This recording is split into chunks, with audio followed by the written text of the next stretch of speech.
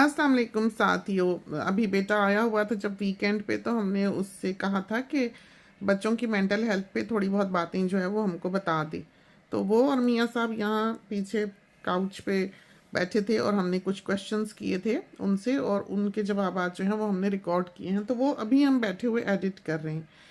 तो जिस वक्त हम बात कर रहे थे, हमें इतना अंदाज़ा नहीं था कि वो कितना सीरियस मैटर है या वो बातें कितनी इम्पोर्टेंट हैं और कैसे एक स्टोरी लाइन बनेगी और कैसे हम इस सारे मामले को अंडरस्टैंड करेंगे। और हम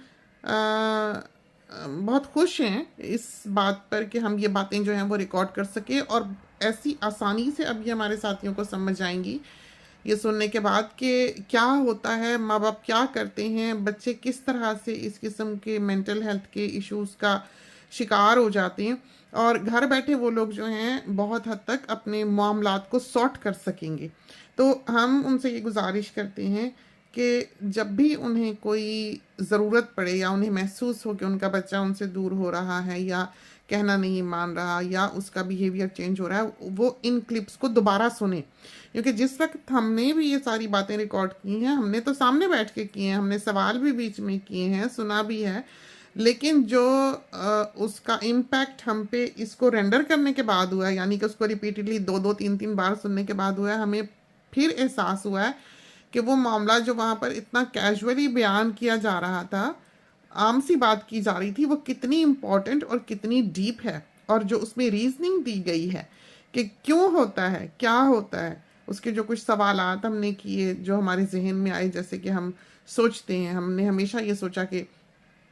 पाकिस्तान में वफा है, हमने हमेशा ये सोचा कि पाकिस्तानी बच्चे जो हैं वो पेरेंट्स से ज़्यादा मोहब्बत करते हैं, वो फिदाई होते हैं, वो इश्क करते हैं, वो खिदमत गुजारी में ज़िंदगी गुजार देते हैं, माँ बाप की पूजा करने में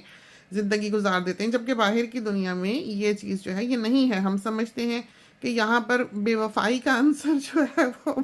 बच्चों में ज़्यादा होता है, इनमें वो वफा नहीं है, वो फिदायत नहीं है। हमें ऐसा आम मुआशरे को देखकर महसूस होता है। तो